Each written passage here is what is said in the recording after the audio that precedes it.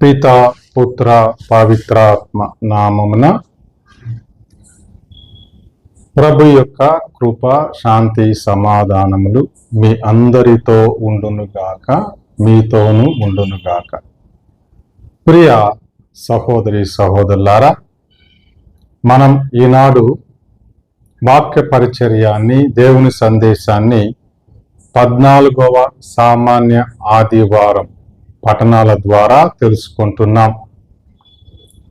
ఈ పఠనాలు ఈనాడు ఈ ఆదివార పఠనాలు మనం మొదటి పఠనం జకరియా గ్రంథము నుండి తీసుకోబడినది. 9వ అధ్యాయం 9-10 వచనాలు. రెండవ పఠనం పునీత పౌలు గారు రోమీలకు వ్రాసిన లేఖ నుండి 8వ అధ్యాయం 9వ వచనం మరియు 11 నుండి 13 వచనాలు మనం చదువుకుంటున్నాం. సువిశేషం మత్తయి గారు వ్రాసిన శుభవార్త నుండి 11వ అధ్యాయం 25 నుండి 30 వచనాలు. ఈ 3 పఠనాల ద్వారా దేవుడు మనకిచ్చే సందేశం. మొట్టమొదటగా మొదటి పఠనంలో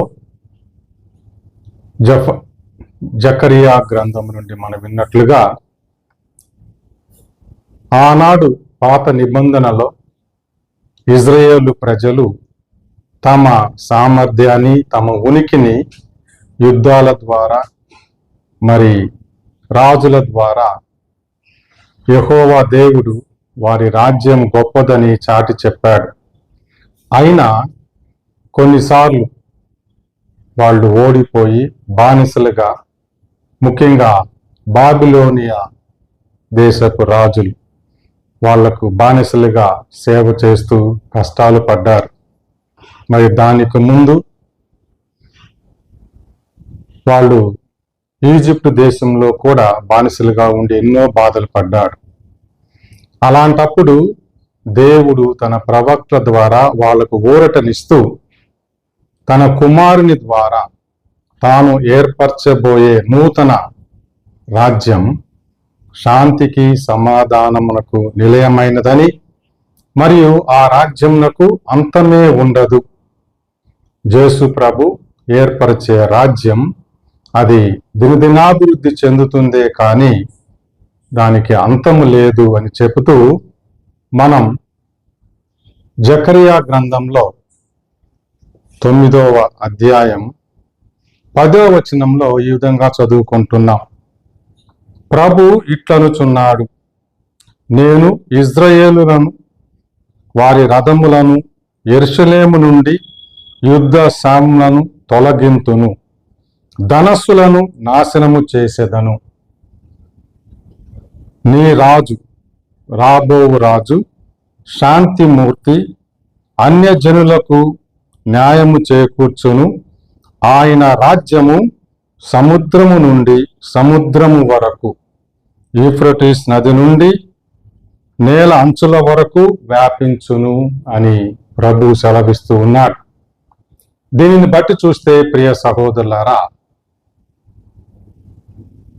పాత నిబంధనలో యెహోవా దేవుడు ఇజ్రాయేలు ప్రజలకు ఏర్పరిచిన ఆ రాజ్యము, యెరూషలేము నగరము, ఆ యూదులకు మాత్రమే. వారు యెహోవా దేవుని వలన ఎన్నో వరములు పొంది ఆ యెహోవా దేవుని యొక్క గొప్పతనము వలన వాళ్ళు కూడా గొప్పవారుగా పరిగణింపబడ్డారు. కానీ యేసు ప్రభు వచ్చినప్పుడు ఆయన రాజ్యము శాంతికి నిలయమైనది, ప్రేమ రాజ్యము. మరి ఆయన తన నీతితోనూ ప్రేమతోనూ ప్రజలను ఆకట్టుకున్నాడు. ఆయన యుద్ధాలు చేయలేదు. తన సామ్రాజ్యాన్ని శాంతియుతముగా నెలకొల్పుతూ వచ్చాడు. యూదులకు మాత్రమే కాకుండా అన్యులకు కూడా ఆ రాజ్య విస్తరణ చేసి ఉన్నాడు. కనుక అది సముద్రము నుండి సముద్రము వరకు, యూఫ్రటీస్ నది నుండి నేల అంచుల వరకు అభివృద్ధి చెందుతూ పోతున్నది. ఆ రాజ్యమునకు అంతమే లేదు అని మొదటి పట్టణంలో మనం తెలుసుకుంటూ ఉన్నాం. రెండవ పట్టణం మనం విన్నట్లుగా రోమీయులకు వ్రాసిన లేఖ, పునీత పౌలు రోమీయులకు వ్రాసిన లేఖలో 8వ అధ్యాయంలో మనం చదివితే ఆత్మాయుతమైన జీవితం గురించి తెలియచేస్తూ ఉన్నది. పవిత్రాత్మతో నింపబడి పవిత్రాత్మ వరముల ద్వారా మనము ఈ ఇహలోక ఆశలకు ఆశయాలకు బానిసలు కాకుండా శరీర వాంఛలకు కోరికలకు దూరమై దేవుని బిడ్డలుగా జీవించాలి అని ఈ రెండవ పట్టణం యొక్క సారాంశము. అందుకే పునీత పౌలు రోమీయులకు రాసిన లేఖ 8వ అధ్యాయం 13వ వచనములో 14వ వచనములో ఈ విధంగా చదువుతూ ఉన్నాం. ఏలైనా మీరు శరీరానుసారులై జీవించినతో తప్పక మరణింతురు. ఆత్మచే జీవించినచో పాప క్రియలను విడనాడి పాపమునకు నశించి జీవించినచో మీరు దేవుని బిడ్డలుగా, దేవుని ఆత్మ వలన ప్రభు బిడ్డలుగా మీరు పరిగణింపబడతారు అని మనం చదువుతూ ఉన్నాం. ఇది వాస్తవం ప్రియ సహోదరులారా. ఈరోజు ఈ లోకంలో మనం ఎన్నో సమస్యలతో సతమతమవుతూ ఉన్నాం. నీకు ఎంత ఉన్నా, ఏమి ఉన్నా, ఎన్ని తెలివితేటలు ఉన్నా ప్రభుని అనుసరించకుండా, ప్రభు మార్గంలో జీవించకుండా, ప్రభు ఆజ్ఞలకు బద్ధుడై జీవించకుండా ఉంటే అవి అన్నీ కూడా వ్యర్థమే. అందుకే సువిశేషంలో మనం వింటూ ఉన్నాం. మత్తయి వ్రాసిన సువిశేషం 11వ అధ్యాయం 25 నుండి 30 వచనాలలో మనం చదువుకుంటే మొదటి భాగంలో ప్రభు అంటూ ఉన్నాడు, తండ్రి, నీవు నీ యొక్క తెలివితేటలు, నీ ప్రేమను వివేకవంతులకు కాకుండా పసిబిడ్డలకు నువ్వు బయలుపరుస్తూ ఉన్నావు అని పసిబిడ్డల యొక్క మనస్తత్వాన్ని మనకు తెలియచేస్తూ ఉన్నాడు. దాని యొక్క అర్థం ప్రియ సహోదరులారా, మనం చిన్న బిడ్డలను చూసినట్లయితే వాళ్ళు ఎప్పుడూ కూడా తల్లిదండ్రులను అంటి పెట్టుకొని దేనికైనా ఏ ఇబ్బంది వచ్చినా నా తల్లి నా తండ్రి నాకు తోడుగా ఉన్నారు అనే వాళ్ళకి ఒక ధైర్యం ఉంది. అందుకోసమే ఏ కష్టాలు, ఏ బాధలు, ఇబ్బందులు వచ్చినా వాళ్ళు మొట్టమొదట ఆశ్రయించేది తమకు జన్మనిచ్చిన తల్లిదండ్రులను, తరువాతనే వేరే తోబుట్టుల దగ్గరకు. కనుక అలాంటి ఆశ, అలాంటి నమ్మకం నీకు నాకు ప్రభుపై ఉన్నదా? అందుకే ప్రభు అంటున్నాడు, పసిబిడ్డలకు నీవు బయలుపరచుది తండ్రి అని. తర్వాత ప్రభు చెప్తూ ఉన్నాడు, మనం చదువుకుంటూ ఉంటే, నన్ను అనుసరించువాడు, నన్ను ప్రేమించువాడు నా తండ్రిని కూడా ప్రేమిస్తున్నాడు. నా వలన మీరు తండ్రిని తెలుసుకోగలరు, తండ్రి ప్రేమను తెలుసుకోగలరు అని చెబుతూ ఆయన నేనే మార్గము, జీవము, సత్యము, నా ద్వారా మీరు తండ్రి చెంతకు చేరగలరు అని మనకు తెలియచేస్తూ, మరి ఆ ప్రభు వచ్చింది కూడా తన తండ్రి చిత్తాన్ని నెరవేర్చేదానికి, తన తండ్రి ప్రేమను మనకు తెలియచేసేదానికి. అలాంటప్పుడు మనం ప్రభు ఇచ్చిన ఆజ్ఞలకు, ప్రభు ఇచ్చిన మాట ప్రకారం మనం జీవిస్తున్నామా?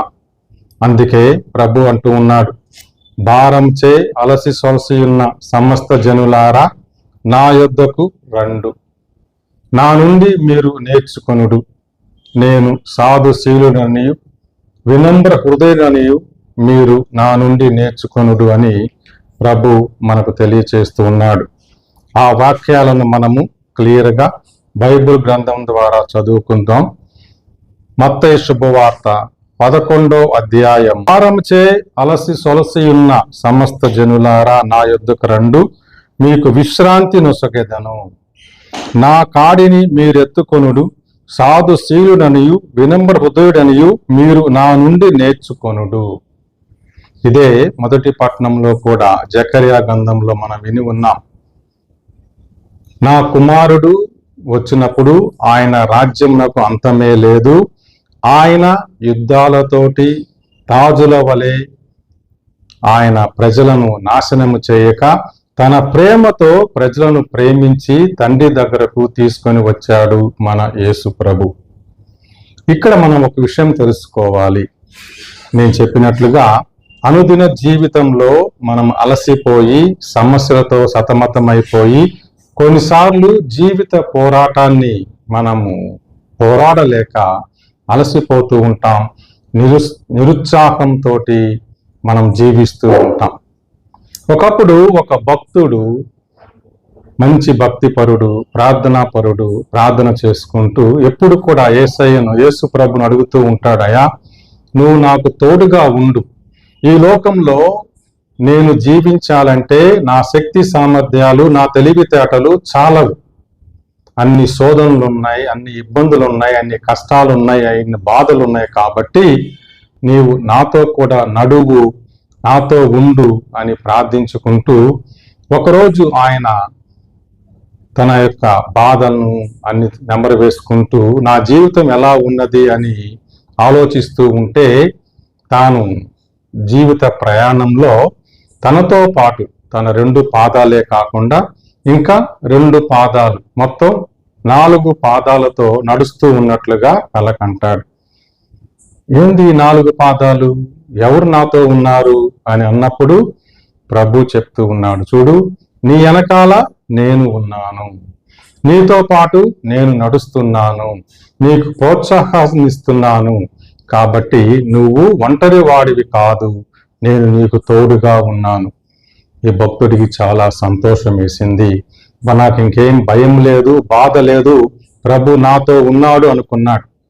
తర్వాత కొంతకాలం అయినాక మళ్ళీ ఒకసారి ఆలోచన వచ్చింది, నిజంగా ప్రభు నాతో ఉన్నాడా? మరి నేను కొన్నిసార్లు కష్టాలు బాధలు ఎక్కువ అవుతూ ఉన్నాయే, ఎందుకు నా జీవితం ఇలా ఉన్నది అని ప్రభువుని అడుగుతూ ఆలోచన చేస్తూ ఉన్నప్పుడు అతను కలలో తన 2 పాదాలే చూస్తాడు, 2 పాదాలు చూడడు. 4 ఉండాల్సింది 2 ఉన్నాయి. అయ్యయ్యో, ప్రభు నన్ను విడిచిపెట్టి వెళ్ళిపోయాడా, ప్రభు నన్ను వదిలేశాడా అని ప్రభువుని అడిగినప్పుడు ప్రభు అంటాడు, బిడ్డ నీవు నీ కష్టాలతో బాధలతో సొమ్మసిల్లి నీ శరీర భారం చే కృంగిపోతూ నీవు వాటిని ఎదుర్కొనే శక్తి లేనప్పుడు ఇదిగో నా హస్తాలతో నిన్ను మోసుకొని పోయాను, నిన్ను విడనాడలేదు. నేను నిన్ను నా హస్తాలతో ఎత్తుకొని ఆ కష్టాల నుండి, ఆ బాధల నుండి, ఆ ఇబ్బందుల నుండి, విపత్తుల నుండి నిన్ను రక్షించాను కనుక అవి నా పాదాలే కానీ నీ పాదాలు కాదు. ఇంకా భక్తుడికి ఎంతో సంతోషం అనిపించి తాను జీవితాంతం కూడా నేను ప్రభుతో ఉండాలా, ఎలాంటి జీవితమైనా, సంతోషమైన, బాధైన, కష్టమైన, నష్టమైన, ఇబ్బందులైనా, ముఖ్యంగా సైతాను శోధనతో ఈ ప్రాపంచిక విషయాలతో మనం సతమతమైపోతున్నప్పుడు ప్రభు నా మార్గం ఏంటి, నేను ఇలా కృంగిపోకుండా నన్ను కాపాడు, పవిత్రాత్మతో నన్ను నింపు, పవిత్రాత్మ వరములతో నాకు కావలసిన శక్తి నొసగు అని ప్రార్థన చేసుకోవటం మొదలుపెట్టాడు. అదే ఈనాటి పట్టణాల సారాంశం కూడా.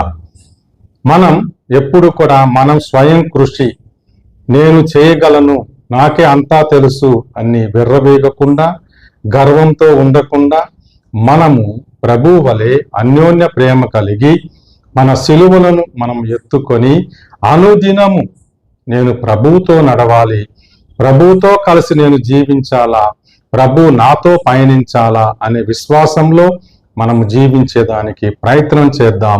ఎప్పుడు కూడా మనము గర్వంతో, అహంకారంతో మనం ఏది సాధించలేం.